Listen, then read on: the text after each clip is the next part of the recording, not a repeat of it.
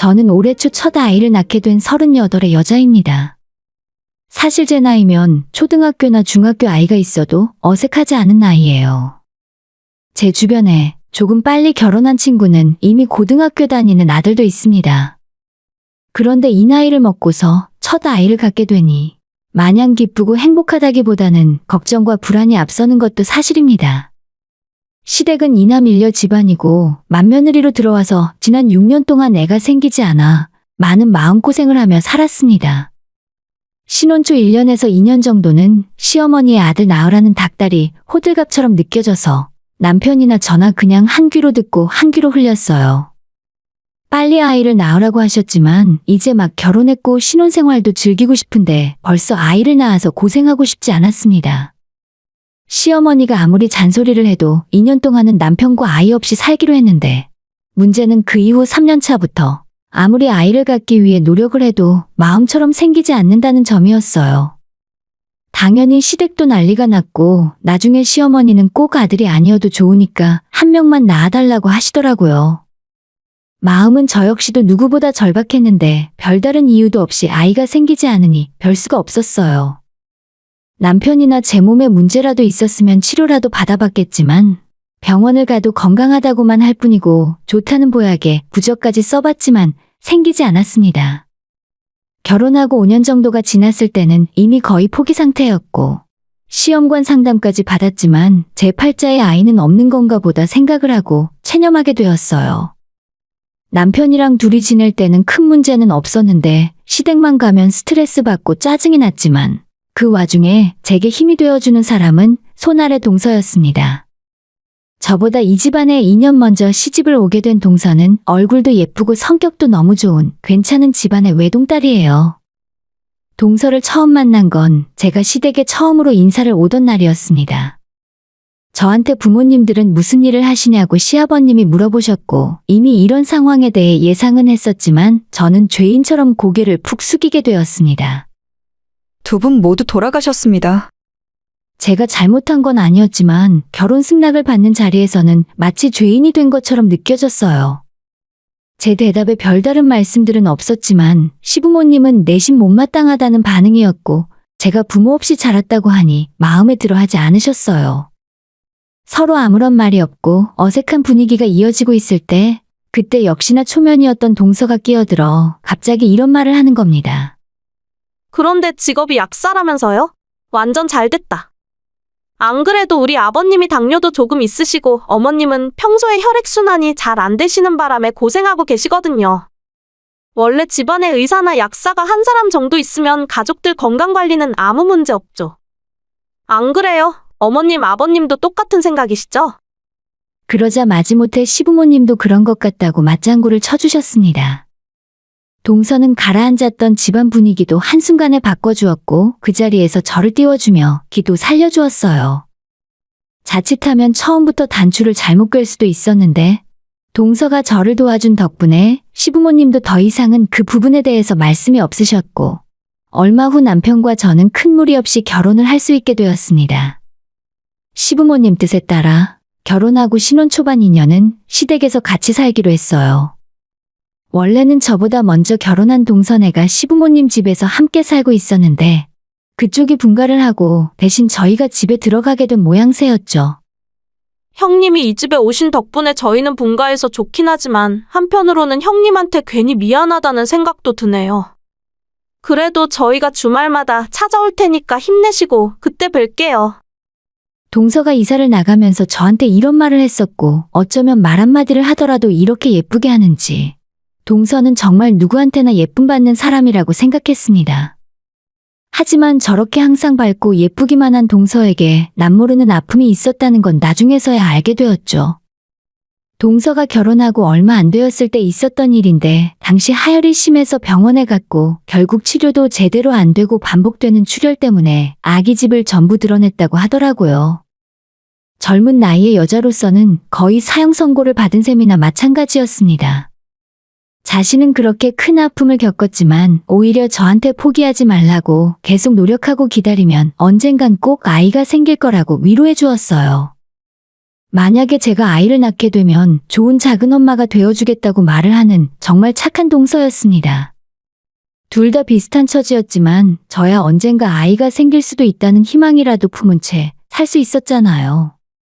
하지만 동서는 그런 작은 희망도 없는 처지였다는 게 왠지 동서의 위로가 더욱 제 마음에 와닿았던 이유기도 했습니다. 그리고 결국 작년에 병원에서 임신 진단을 처음으로 받게 되었을 때 남편이나 시부모가 아닌 동서의 얼굴이 가장 먼저 떠오르더라고요. 너무 고맙기도 했고 한편으로는 저만 엄마가 되어 미안한 마음이 들었습니다. 사실 저는 그동안 시댁에서 천덕꾸러기 취급을 받았어요. 대를 이어줄 아이를 제때 낳기를 했나, 그렇다고 제가 살림을 잘하길 하나, 크게 도움받을 수 있는 번듯한 친정이라도 있기를 하나. 사실 뭐 하나 내세울 게 없는 처지였어요.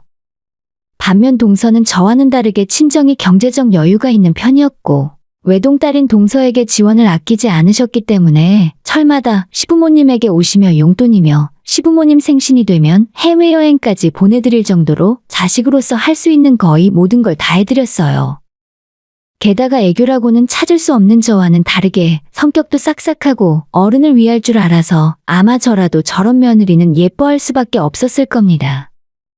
당연히 시부모님의 사랑을 독차지하고 있었죠. 그래서 지금까지 그런 부분에 대해서 서운하다는 생각은 해본 적이 없어요. 그런데 사람 팔자가 시간 문제라고 하더니 동서에 치여 시댁에서는 늘 찬밥 신세였던 제가 아들을 낳고 난 이후로 대접이 완전히 180도 달라졌습니다. 큰애 왔니? 제사 준비는 우리끼리 알아서 하면 되니까 너는 들어가서 쉬어라. 너가 애 낳고 몸 푼 지 얼마나 됐다고 너 손까지 빌리겠니? 둘째랑 같이 슬슬 하면 되니까. 아무 걱정 말고 너는 방에 들어가서 우리 집 장손이랑 푹 쉬고 있어. 어서. 평소 같으면 제가 감기 몸살에 식은땀이 삐질삐질 나는 상황에서도 시댁에 왔으면 일하라고 닥달을 하셨을 텐데 시댁 제사나 명절에도 저한테 손가락 하나 까딱하지 못하게 말리셨습니다. 결혼하고 처음 받아보는 어머님의 관심과 호의가 어색했지만 기분이 나쁘진 않았습니다. 그렇게 아들 손주 노래를 부르시더니 제가 애를 낳은 뒤로 대접을 톡톡히 해주셨어요. 제가 시부모님의 사랑을 받기 시작하자 지금까지 집안일에는 항상 빠졌었던 동서한테 어머님이 저 대신 일을 시키더라고요. 주방에서 전 부치고 어머님 시키는 일을 하고 있는 동서를 보니 미안한 마음이 들어 제가 같이 도와주려고 했어요. 근데 시어머니도 그렇고 시아버지까지 저보고는 일하지 말고 둘째한테 시키라고 하는 바람에 상황이 굉장히 어색해졌어요. 예전에는 용돈 주고 옷 사주는 둘째 며느리 손에 물 한 방울 안 묻히려고 저한테 모든 일을 다 떠넘기셨는데 이젠 상황이 반대가 되었습니다. 이런 호의가 저는 익숙하지 않고 점점 부담스러워지기 시작했습니다. 그동안 좋게 잘 지내고 있던 동서와 조금씩 사이가 틀어지고 말았습니다. 평소 저희 집에 자주 드나들던 동서가 더는 찾아오지 않고 먼저 연락하는 일도 없었어요. 동서는 직장 생활을 하지 않고 집에서 살림만 하는 전업주부였기 때문에 딱히 바쁠 일도 없었는데 말이죠. 그래서 무슨 일이 있나 싶어 제가 동서한테 전화를 걸었더니 뜬금없이 신우가 전화를 받더라고요. 동서가 지금 화장실을 갔다면서 둘이 만나 커피 마시고 수다 떠는 중이랍니다. 은근히 저한테 친분을 과시하면서 이야기를 하는데 최근 들어 저를 빼고 두 사람이 자주 모이는 모양이었어요. 조금 기분이 이상했지만 내가 애 낳고 키우느라 바빠서 동서랑 못 놀아주니까 신우랑 같이 놀러 다니는구나 하고 말았습니다. 그리고 얼마 뒤 조금 황당한 일이 일어났습니다. 신우가 어느 날 저한테 전화를 하더니 우리 아들이 남편 사이에서 낳은 아들이 맞냐는 어처구니 없는 소리를 하는 겁니다. 네? 지금 그게 무슨 소리예요? 우리 애가 누구 아들이냐고요? 아가씨 그 말은 내가 밖에서 남의 씨라도 받아왔다는 소리예요? 진짜 제정신으로 하는 소리 맞나 싶었죠. 언니, 일단 진정하고 내 말 좀 먼저 들어봐요. 솔직히 영웅이가 우리 오빠랑 하나도 안 닮았잖아요. 우리 엄마 아빠도 가끔 너무 우리 집안 사람이랑 안 닮은 것 같다 하더라고요. 그래서 그냥 궁금해서 물어본 거지 꼭 그런 뜻은 아니잖아요. 진짜 마음 같아서는 당장에라도 쫓아가서 신우의 뺨을 한 대 치고 싶은 심정이었어요. 물론 그랬다가는 더 큰 일이 생길 게 뻔하니 꾹 참을 수밖에 없었죠. 그렇게 신우의 어처구니 없는 전화를 끊고 얼마 후에 동서한테 연락이 오길래 받았더니 신우가 자기한테도 이상한 소리를 했다면서 조금 황당하다는 식으로 말을 했습니다. 아까 저한테 전화해서도 이상한 소리 하길래 제가 그러지 말라고 했어요. 그래도 너무 미워하지 마세요. 신우가 요즘 자기 남편이 여자 문제로 힘들게 하는 것 같아요. 신우도 결혼한 지 몇 년이 지났지만 아직 애가 없었고 그쪽 시댁에서 아이를 못 낳는다고 엄청 스트레스를 주고 있는 것 같았습니다. 저도 애 때문에 힘들었던 처지라 그 말을 듣고 나니 남일 같지 않았어요. 하지만 동변상련의 며느리 입장인데 어떻게 또 저런 말을 할 수 있나 싶어서 한편으로는 괘씸하기도 했습니다. 일을 더 크게 만들기 싫어서 그냥 넘어갔는데 어느 날 저희 사촌 올케로부터 전화가 한 통 오는 겁니다. 자기 집으로 며칠 전에 이름 없는 이상한 우편물이 도착해서 열어봤는데 그 안에 저와 사촌 오빠가 같이 밥을 먹고 백화점에서 쇼핑하고 있는 모습이 찍힌 사진이 잔뜩 들어있었다고 해요. 누가 보냈는지도 모르고 쪽지 한 장 들어있지 않아 황당했는데 혹시 무슨 영문인지 저보고 아냐고 묻더군요. 그러면서 그 사진을 저한테 보여줬는데 진짜 저와 사촌 오빠가 같이 사진에 찍혀 있는 겁니다. 제가 다른 형제가 없기 때문에 어릴 때부터 친오빠처럼 친하게 지냈을 뿐이고 아마 그날은 오빠가 올케 언니 생일 선물 사러 간다고 하길래 저도 마침 백화점에 볼 일이 있어서 같이 나가서 만났거든요. 밥도 그날 백화점 안에 있는 식당에서 먹었을 뿐이고 애초에 그 사진을 누가 어떤 목적으로 찍어서 보냈는지 전혀 짐작이 가질 않았습니다. 사촌 올케 언니는 두 사람 아무 일 없는 거 맞냐고 약간의 의심을 하길래 전혀 이상한 일 없었고 언니 생일 선물 사러 갔던 거라고 대답했어요. 전화를 끊고 나니 너무나도 이상한 일이었고 사람이 한순간에 이상하게 되는 건 정말 일도 아니구나 싶었죠. 대체 누가 무슨 억하심정이 있어서 저와 사촌 오빠를 몰래 찍어서 사진을 보냈을까 하는 생각에 너무 궁금하더라고요. 저는 너무 화가 나고 억울하기도 하고 며칠 전에 신우가 했던 말이 혹시 이번 일과 상관이 있을까 하는 생각까지 들었습니다. 그날 저녁 집에 돌아온 남편에게 우리 아들이랑 당신 친자 검사 좀 하자고 이야기했죠. 남편은 그런 걸 왜 하냐고 싫다고 했지만 저는 제가 꼭 필요하니까 일단 아무 말 하지 말고 내가 하자는 대로 조용히 따라와 달라고 부탁을 했습니다. 남편은 처음엔 장난인 줄 알았다가 제 진지한 표정을 보더니 더 이상 이유를 묻지 않고 제가 하자는 대로 해줬습니다. 누군가 저를 공격하려 한다는 예감에 일단 이번 사건을 누가 뒤에서 꾸미고 있는지 알아보기로 결심했어요. 인터넷을 찾아서 사설 정보업체에 조사를 의뢰했고 올케에게 증거 사진을 받고 퀵서비스로 받았던 봉투까지 전부 전문가에게 맡겼습니다. 이런 일은 무조건 흔적이 남기 때문에 빠르면 며칠 내에 찾을 수 있다더군요. 비용이 좀 들긴 해도 이게 가장 확실한 방법이라고 생각했어요. 남편과 아들의 친자 검사까지 맡겨두고 저는 피가 바짝바짝 마르는 며칠의 시간을 보냈습니다. 정말 아무 일도 손에 잡히지 않았고 의심 가는 사람이 있었지만 확실한 증거를 잡기 전까지는 어떠한 섣부른 행동도 하지 않고 기다리고 있었어요. 며칠 뒤에 친자 확인 검사가 나왔다는 연락을 받고 달려갔더니 당연히 남편과 제 아들은 친자라는 결과를 받아볼 수 있었습니다. 너무나도 당연한 결과였고 저는 검사 결과지를 받아들고 바로 일단 올케에게 찾아가 보여주고 사촌 오빠와 나와의 관계를 이간질하려고 한 그 인간을 잡아서 반드시 죗값을 치르게 해줄 거라 이야기했습니다. 그리고 한 보름 정도의 시간이 지났을 때 드디어 조사업체에서 연락이 왔어요. 몰래 사진을 찍고 그 사진을 보낸 범인이 밝혀지는 순간이었습니다. 사실 이분이 결혼 전부터 남자 관계가 좀 복잡했던 것 같더라고요. 20대 초반에 유학도 잠깐 갔다 왔는데 거기서 외국인이랑 같이 살았던 적도 있고 결국 그 후유증 때문에 불임인 것 같은데 맞죠? 정말 설마 하는 생각이었지만 저를 뒤에서 음해하던 바로 그 사람은 항상 저한테 잘해주고 제 편을 들어주는 것 같았던 동서였습니다.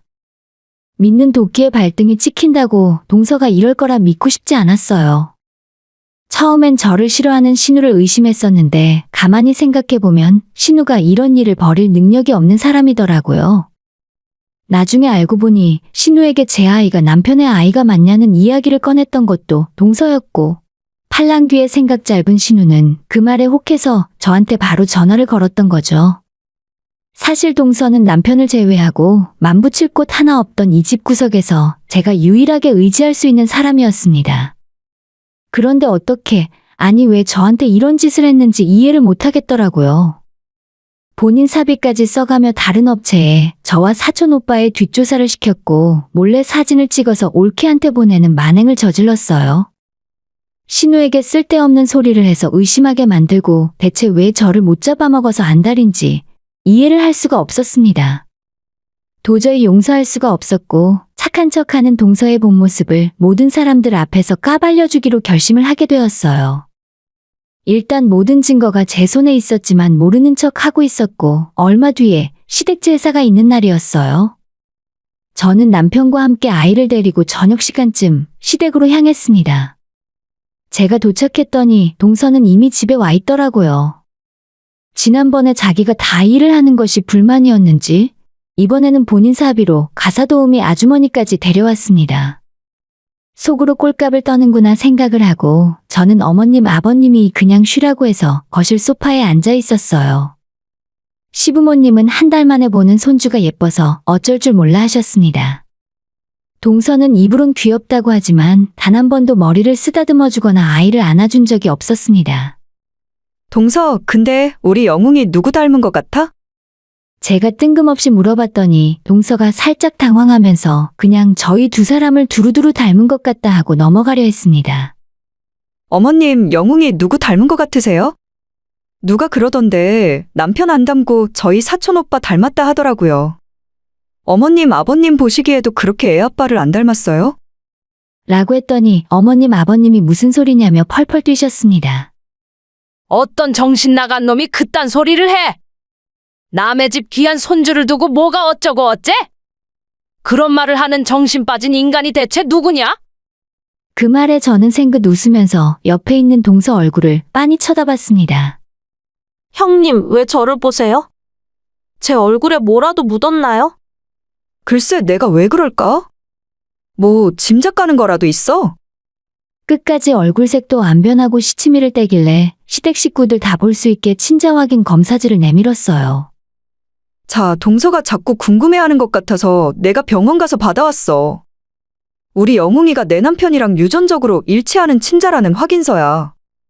동서가 아가씨한테도 그랬다며? 우리 애가 남편 안 닮은 것 같다고. 나랑 우리 사촌 오빠 사진은 왜 찍었니?